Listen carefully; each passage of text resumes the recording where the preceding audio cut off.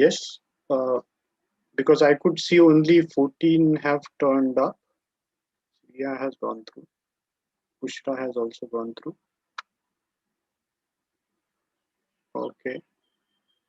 Okay, no problem. We will, because it will be an introductory class today, we will focus upon certain points which perhaps will be more clear to you if you go for that simulation which has been shared with you. So once you go through that, the things will become more and more clear.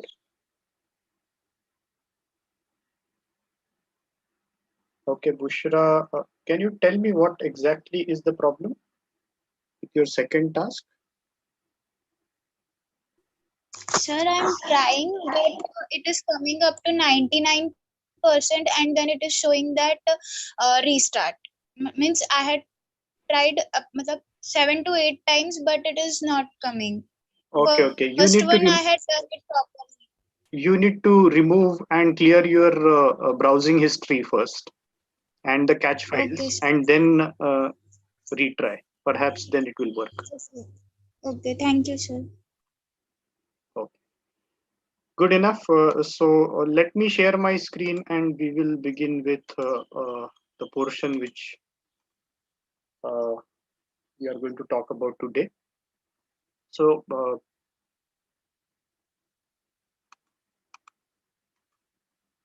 let me know whether the screen is visible or not.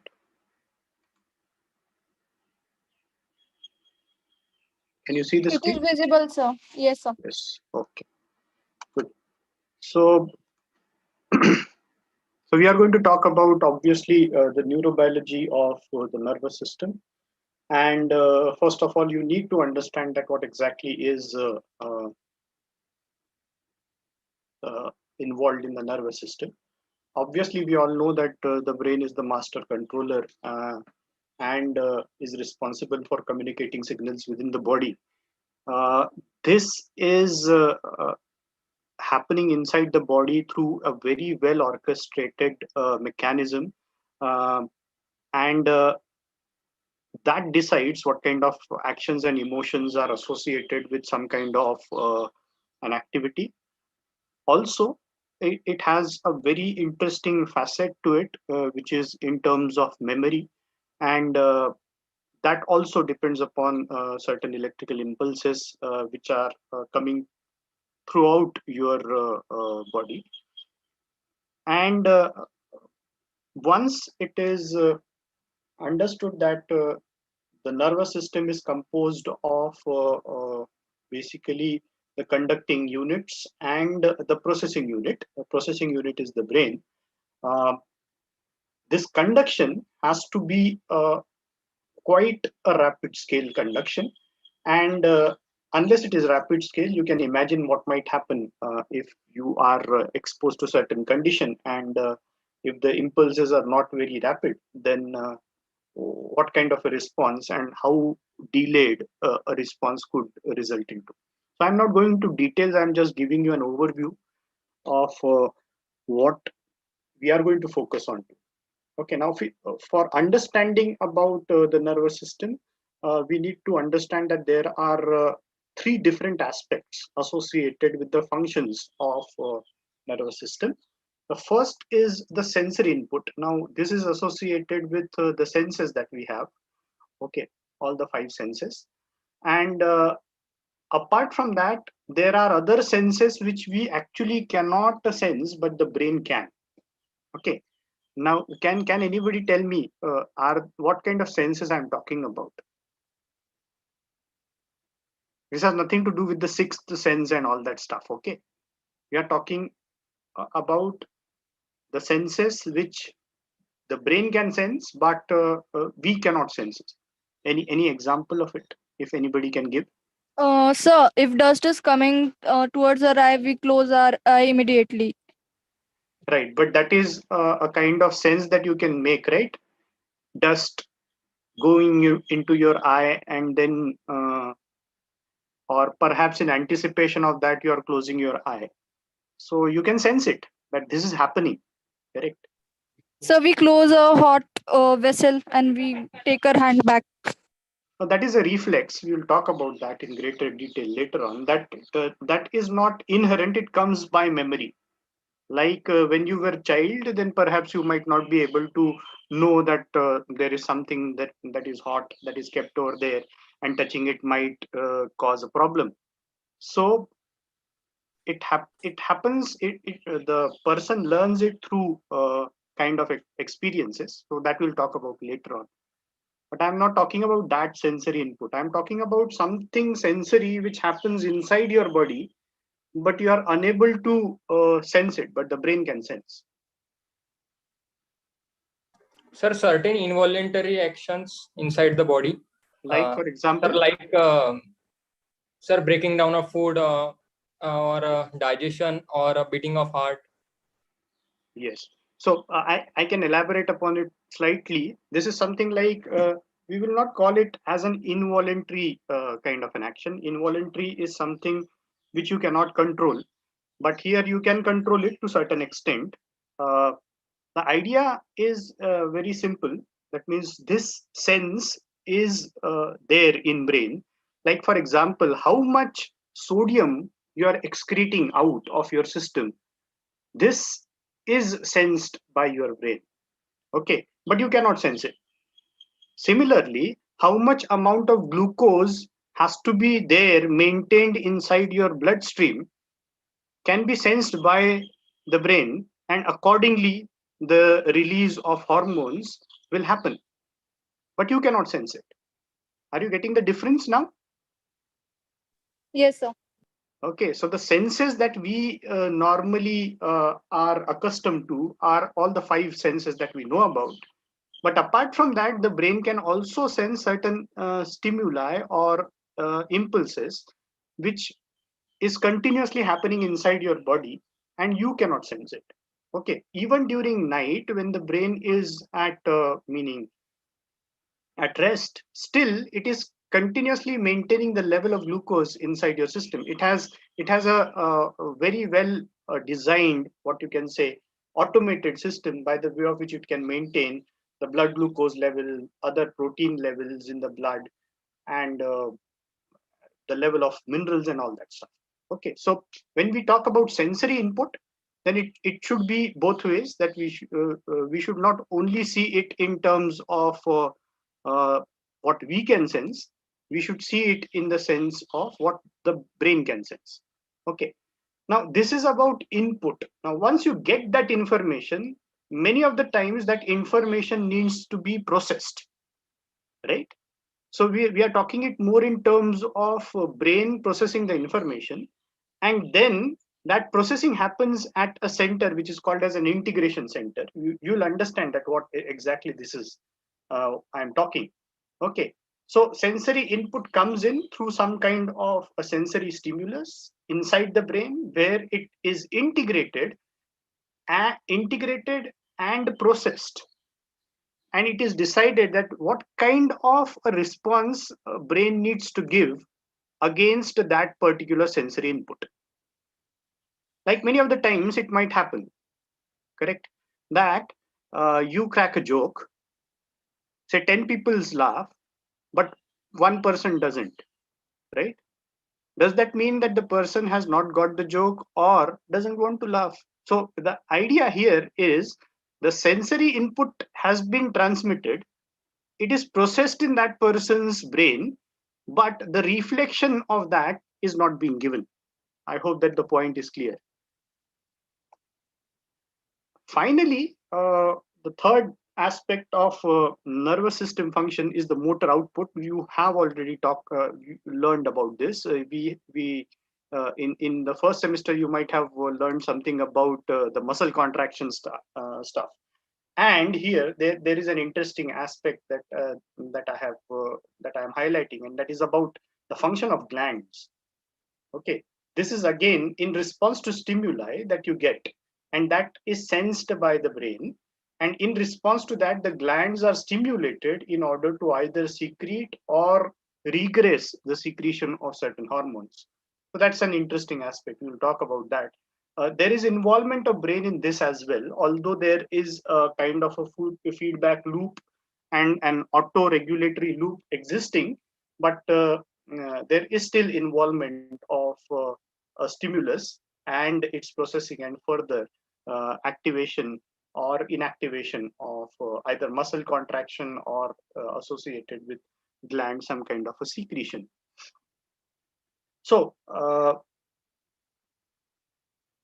overall, when we talk about the nervous system activity, it is going to be responsible for maintaining what is called as the homeostasis, and homeostasis is basically maintaining a balance of inside your body. Okay, so that is obviously the brain works in close association with the endocrine system as well as the immunological responses. So broadly, when we classify the nervous system, you can classify it on the basis of their location. So one is the central nervous system, which consists of brain and spinal cord, and other one is a peripheral nervous system. Okay, now brain and spinal cord is central nervous system. Everybody knows that. What about peripheral nervous system? Can anybody tell me what do you understand by peripheral nervous system? So is there anything outside the brain which can also act as a brain?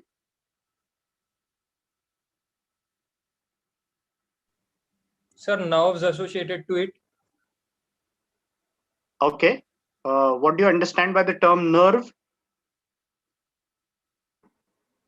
Sir, nerves are mainly connected to the central nervous system organs to carry the impulses from the organs towards the effector organs.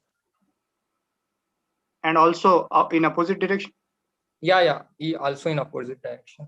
So what is a nerve basically? Sir, it is mainly the structural and functional unit of Okay. nervous So system. are there no nerves in brain or in spinal cord? Yeah, sir, they are also present in brain and spinal cord. Okay. So how Sir, is peripheral means mainly it says at periphery, means not at center, means connected to center. right? Can you give me an example? Sir, vagus nerve, which is 10th pair of nerve. Mm-hmm. Where is And it present? It is not present in central nervous system. no, sir, it is situated at spinal cord, means it is connected to it. Okay. So you will consider it as a peripheral nervous system. Yes, sir. Okay. I can give you an example. Okay.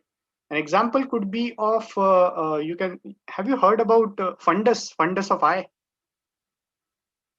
or is basically a kind of bundle of neurons. A bundle of neurons are actually referred to as the nerve. Nerve fibers are basically bundles of axons of several neurons taken together. We'll talk about that. So uh, eye obviously is outside the brain, right? It's not the part of brain, but the signals which you perceive from your eye, that are transmitted to brain by means of uh, the retinal nerve, which is normally referred to as fundus. And if it is proper, then it is going to sense light, and the signals are sent to the brain. So the small unit, now here it is already outside the brain, but there is a small connection that is there between the sensory part. Now sensory kind of stuff is normally associated with neurons. So there are sensory neurons present in your retina of your eye, to be more general. And those neurons are connected through a bundle of nerve fibers to the neurons which are present inside your brain, where the information of where the ocular information will be processed. So the portion which is inside the brain will be considered as central nervous system part, while the portion which is outside the brain connected to eye, that portion will be considered as a peripheral nervous system part. Okay, one more interesting aspect here is associated with the neurons. Now just imagine this. Okay, for your example, for your understanding, uh, you have had a good meal, say a good lunch. Now there has to be an impulse sent to your digestive system that the digestive juices should be secreted, right? And that impulse is obviously coming from central nervous system. Okay, so it travels through the brain, through the spinal cord, and then it gets connected with certain neurons which are actually what you can say connected to all those glands which are associated with the secretion of the gastric juice, and that secretion happens. So there is a sensory part here that the system understands. Okay, uh, there has been a food intake, and now we should start the digestive process. So in this, there are two aspects here. So from peripheral nervous system, there are sensory information sent to central nervous system. In central nervous system, that is processed, and in response, it sends certain signal which ultimately is again perceived by peripheral nervous system, and in response to that, there is certain what you can say an action that happens. It is not always associated with some kind of a muscle contraction. Okay, because it's always normally when we talk about any kind of a response, it's normal that we associate it with a motor response. It's not always that we respond in the same manner by changing our what you can say muscle contraction or motor what you can say motor deliveries. So if we are talking about the connection between the central nervous system and peripheral nervous system, then it happens like this. Like as I was telling you about the sensory receptor which will be present in the eye. So there is a connection that you will be establishing here, and this is the part of the central nervous system. So the input goes, and on according to that, a motor output. Most of the times, a motor output happens. Similar is the case with visceral sensations that we talk about, and the visceral organs which are associated with now. There is one more interesting aspect. Biochemically, when we talk about it, it's like there are certain. Have you heard about a term biomarker anywhere? No, sir. No, sir. No. Okay. Biomarkers are, say, for example, I will keep it very, very general. Okay. Say, for example, insulin can be considered as a biomarker of finding out that what is the uh, energy status of the organism. Okay, because insulin secretion has a direct correlation with the level of blood glucose. So we can correlate it with the energy status of the organism, because glucose is going to be responsible for generation of energy inside the system. So if I consider the level of insulin in your blood, then I can very easily measure it and predict about what is the energy status of the organism. Okay, this is a very crude example, but it tells you that insulin acts as a biomarker for understanding the energy levels of the organism. Okay, likewise, there are certain biomarkers which your every organ, every visceral is the organs which are inside and which are quite vital for your sustenance. So every organ has its own way of releasing certain biochemical signals which are perceived in different manner by brain, and in response to that, the brain always tries to uh, have a kind of a protective response. Okay, so in case there is some kind of an organ failure happening, then you might have heard about the term that kidney failure is happening, or there is recently with COVID-19, we have heard about lungs being compromised. So what happens is that the other organs tend to cope up for the loss which is created by the other major organ. Like for example, if the lungs are getting compromised, then what it means is that your organ systems are not receiving oxygen to a proper extent. If that happens, then heart starts to pump faster. Okay. Now that is a kind of a response, but how does heart know that it needs to pump faster? Okay. That is done by a combination of sensory uh, nervous system associated with the central nervous system, and in response, the heart pumping increases. I hope that you're getting all the picture clear. Is it clear? So can you please repeat? Okay, so it is something like in response to any organ failure, say for example, or if an organ is undergoing some kind of a transition, then the other vital organs, in order to cope up, they try to compensate for the loss which is associated with that organ failure. Say for example, in the context of COVID-19, I said that we know that there is some degree of lung is going to get compromised during COVID infection. And due to this, what happens is that when the lungs are compromised, then your body organs as well as your cells are not getting enough amount of oxygen delivered because the lungs are compromised. In order to make up for it, what is done is that if you're not getting oxygen to the right level, then how are you going to make up for it? The heart starts to pump faster. That means your blood pressure rises. The idea here is something like when the heart is pumping faster at a faster rate, as well as there is a high blood pressure, then there is an increased chance that although the level of oxygen is low in your blood, it might get delivered to a greater what you can say percentage to the cells compared to what it was when only lungs were if you consider only lungs.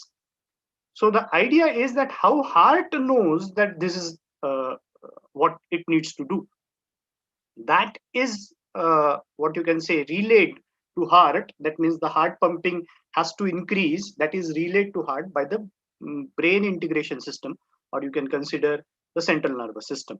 I hope that the point is clear. Yes, sir.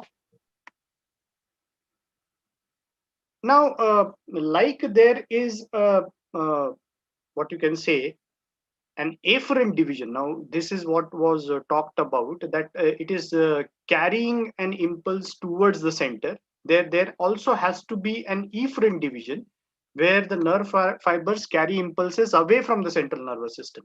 So the peripheral nervous system, which are these parts, which is going to send the sensory input, that is also included in peripheral nervous system, and the nerve fibers which are going to carry the impulse from the central nervous system to the target organ, that is also included in the peripheral nervous system. So there are two divisions of peripheral nervous system: one which carries impulse towards the central nervous system, and two which conducts the response impulses away from the central nervous system.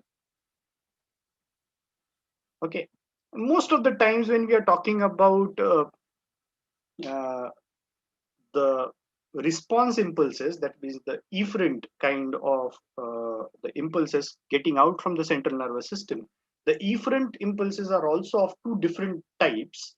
One is a voluntary impulse that we know about, that we can control, we have a control upon.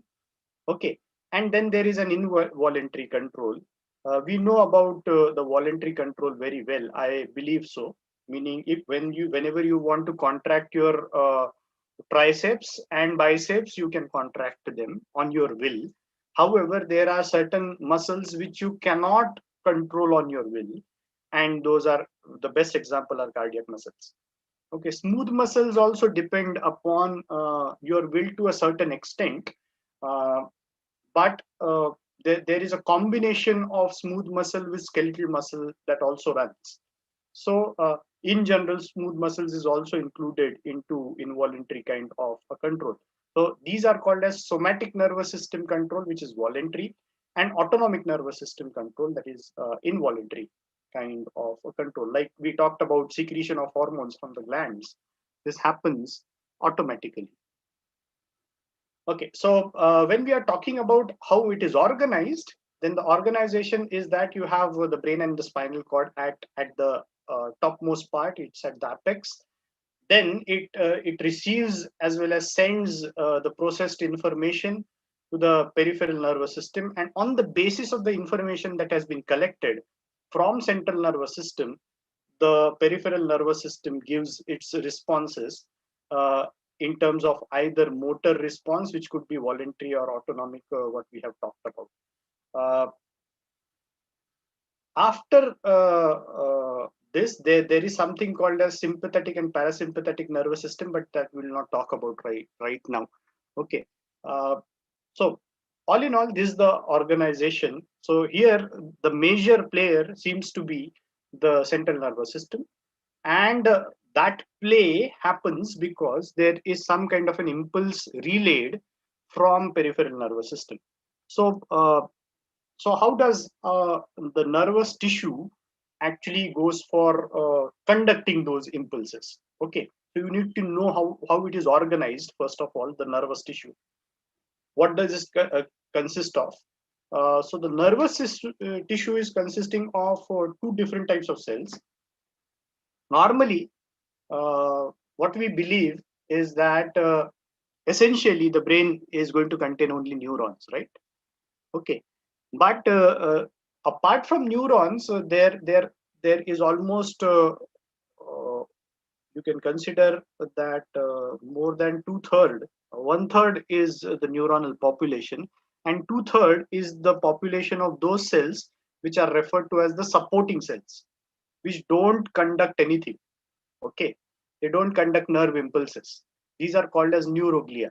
Okay, basically what they do is that, or glial cells you can consider. Okay, what they do is that they act as insulators, they act as adhesive cells, they act as protectors, as well as they are involved in the nourishment of the neurons. So what neuroglia does?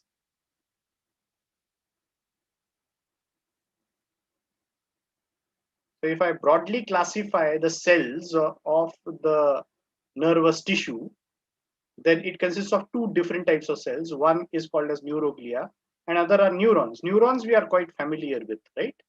Neuroglia. Can anybody give me an example of neuroglia or the supporting cells?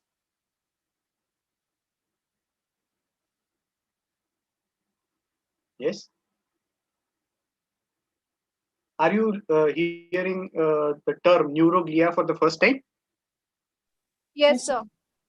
Okay. So these are those cells which are actually going to have a protection as well as nourishment aspect associated with neurons. Okay. So the impulse, however, is carried, received, processed only by neurons.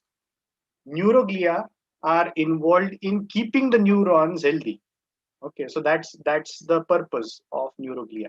So what are the different types of neuroglial cells?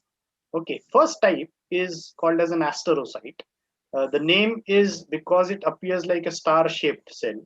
Okay, it is basically the cell uh, which forms or which connects or holds up the neuron. You should not say connect, because the neurons are connected with each other. Uh, so these cells are responsible for holding the neurons in proper position with respect to each other. Also, they are essentially involved in the nourishment of the neuronal cells. Okay, so this is basically the cell which is going to be involved in the nourishment of the neurons. And how do you identify? It's a star-shaped cell, and the term itself, asterocyte, actually means a star-shaped cell. Okay, so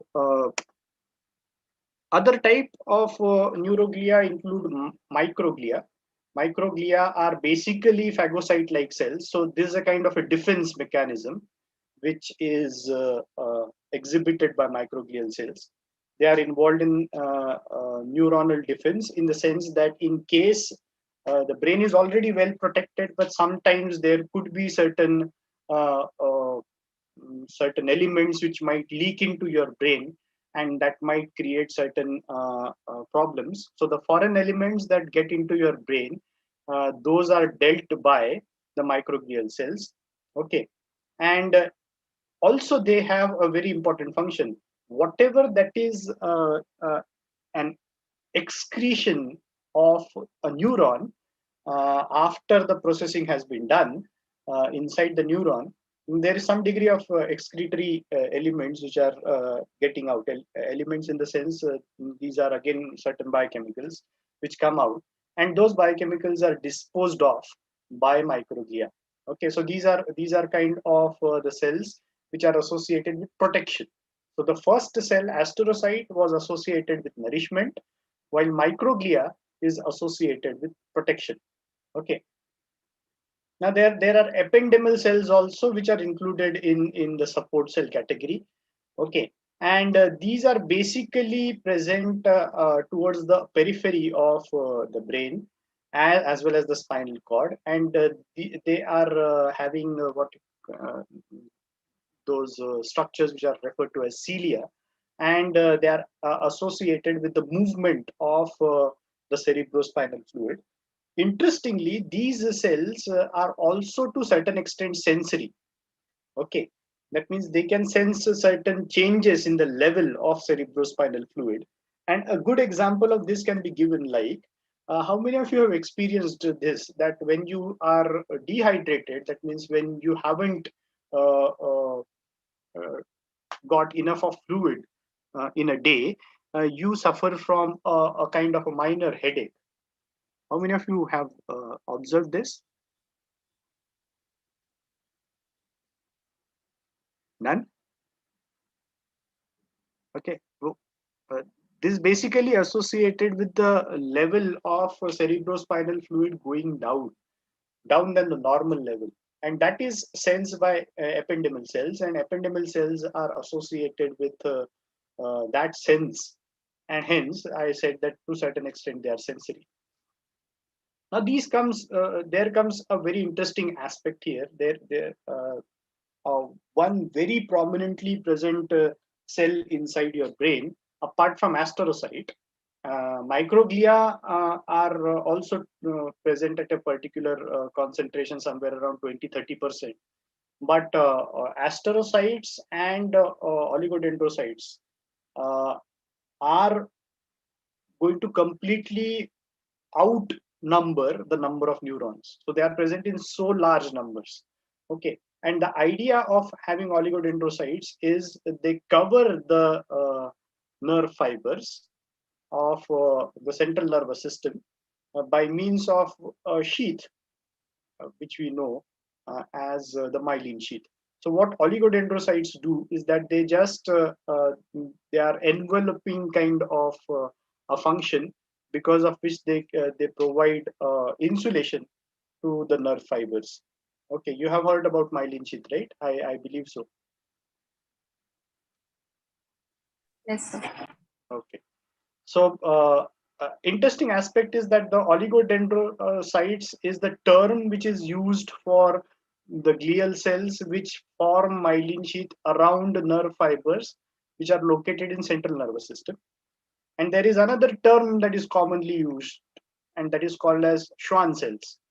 Schwann cells are also oligodendrocytes only. They are glial cells type, but they form myelin sheath on the nerve fibers of peripheral nervous system. So that is the difference between Schwann cells and oligodendrocytes. Oligodendrocytes you can find only in central nervous system, while Schwann cells are present only in peripheral nervous system.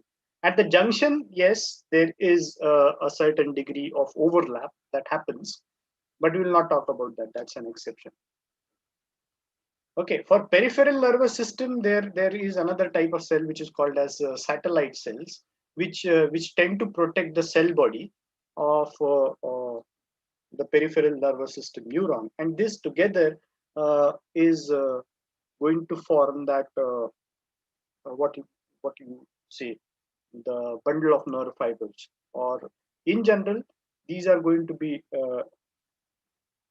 referred to as the glial cells taken together. All types of support cells will be called as the glial cells.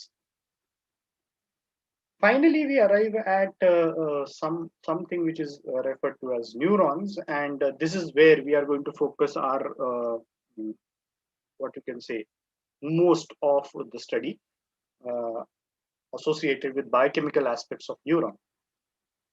So obviously, we know that what's the function of the neuron. It consists of two major parts or two major regions. One is the cell body, where actually you can consider it as a factory of what you can say the neurotransmitters which are produced and secreted by the neurons. And depending upon the type of neurotransmitters the neuron can synthesize and secrete, there are different categories of neurons. Apart from that, the metabolic as well as the informational processing center of the neurons is the cell body, where the nucleus and a large number of mitochondria are localized. And coming out from the cell body, there are certain fibers which extend out of the cell body, which are of two types. One are called as dendrites. One basic difference, can you highlight one basic difference between uh, a dendrite and an axon? Both are the fibrous structures which come out of the cell body. Yes, can anybody highlight a major difference between dendrite and an axon?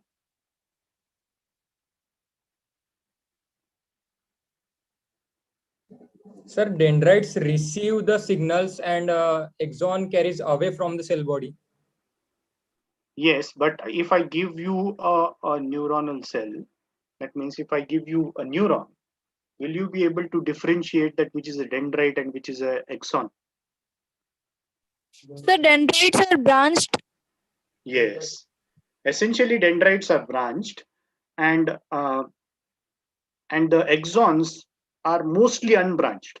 Okay, uh, but when we observe the nerve cell under the microscope, it becomes exceedingly difficult to distinguish that which is an axon and which is a dendrite.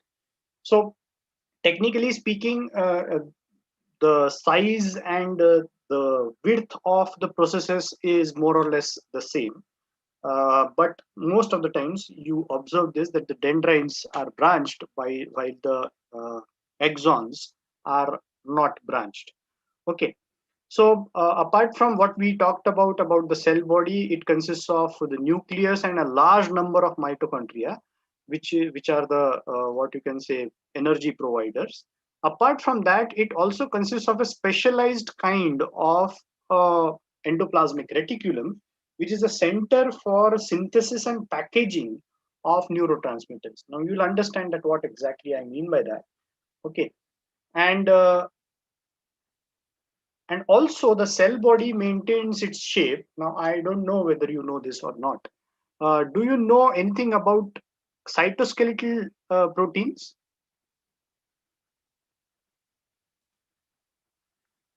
No, sir. Okay, so idea of cytoskeleton uh, is basically that they support the cell membrane and is responsible for a peculiar shape of the cell. Now, if I say that the cell is star shaped, it looks somewhat like this, then I need to give it this kind of a framework, right? Because the cell membrane is quite flexible. Are you getting my point? Okay, so inside the cell, there is a dynamic fibrous kind of an association. Now, because you know this, that's why I'm giving you an example. Okay, because you have learned about it. You have come across the terms actin fibers. Yes, sir. What is this actin? So they're involved in muscle contractions. Yes. And there is another protein which is called as myosin there, but we'll not talk about that. We'll talk about actin. Okay. Imagine now that these are fibrous proteins. You know about this. There are two forms of actin, F actin and G actin. Heard about that? Yes, sir. Okay, what's the difference between F-actin and G-actin?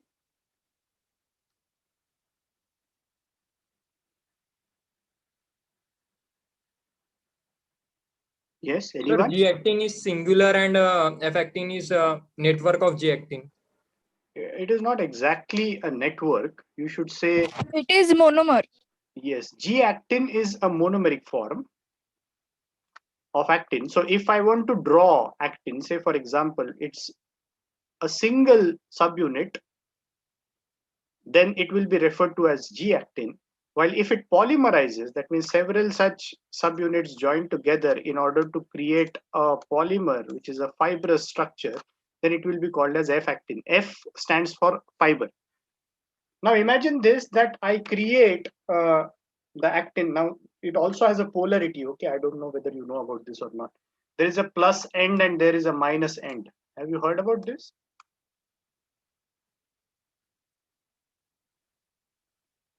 No, sir. No. Okay, good. So it also has a polarity. That means there is one end which you can label.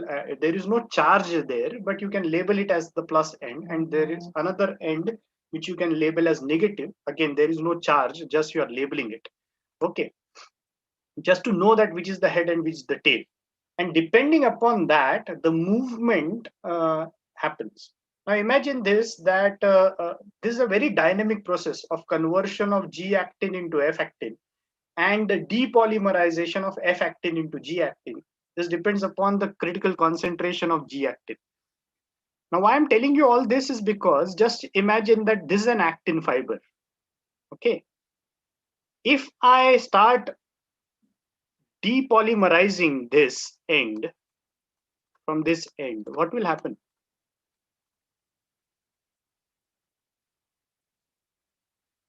So can you repeat? Okay, just imagine that this is an actin fiber, this one line that I have drawn previously. Just imagine that this is an actin fiber. Okay, so F-actin in short. Imagine that from this end, I start depolymerizing it, meaning I start to convert it into G-actin. So this is going to change. So what is going to happen according to you?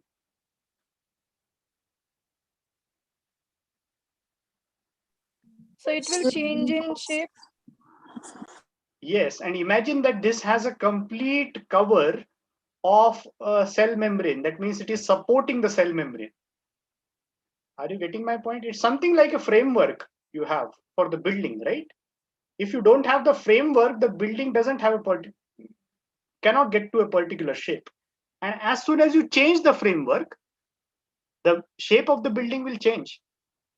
It's as simple as that. Imagine this. Now, had it been a dynamic process, okay, of conversion of F-actin into G-actin, if I can do that by some or the other way, now the cell has its own ways of doing it. So if I can do that, then I can change the shape of the cell, Yes, sir. right? So that is what is an essence of cytoskeletal proteins. Okay, is to maintain the cell shape. If it is star shape, it has to be maintained as star shaped. Okay, but at the same time, when it is communicating with other type of cell or is finding some place over a crowded cellular what you can say tissue network, then it has to change its shape accordingly, and then there are certain dynamics happening. Now I gave you an example of actin, but actin forms a very small portion of cytoskeletal proteins. A larger portion of cytoskeletal proteins are present, which are called as intermediary filaments, and we don't have to talk about that for time being. Okay.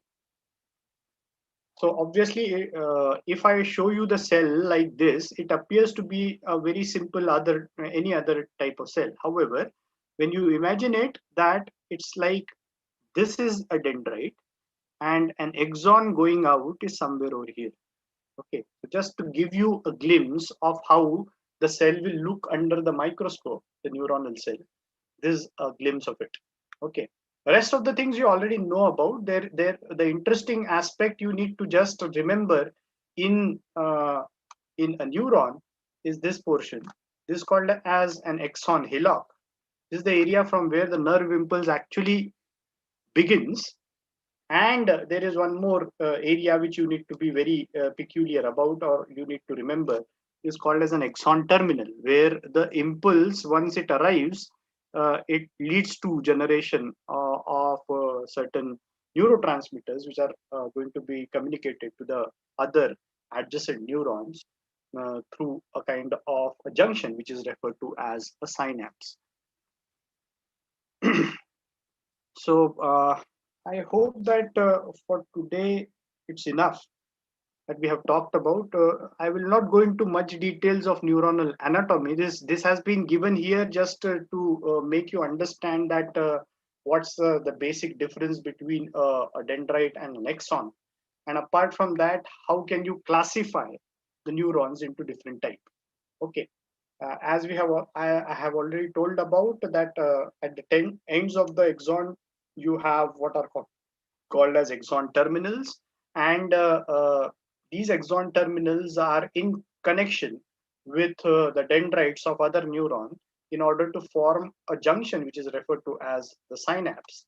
And a small gap, that means imagine this is the bulb of the axon terminal, and this is the dendrite which is near it. Then this small gap between the two is referred to as the synaptic cleft. So this is the area which is referred to as, this small gap is referred to as the synaptic cleft. Okay, so something about nerve fiber, we will not talk about this in greater detail. Uh, so I will put it to rest for time being for today. It's almost around 3. So we'll talk about how the nerve fibers do the connectivity and the impulse connection happens. That's what is the major focus of our study in biochemistry. So because you need to know about the architecture of the nerve fiber as well as the neuronal cells, that's why the entire scheme was given to you, that how and why we need to talk about all these aspects, because we are going to talk about the brain functioning uh, when we are sorry when we are talking about the brain functioning, we need to know something about how they are arranged as well. So that is it for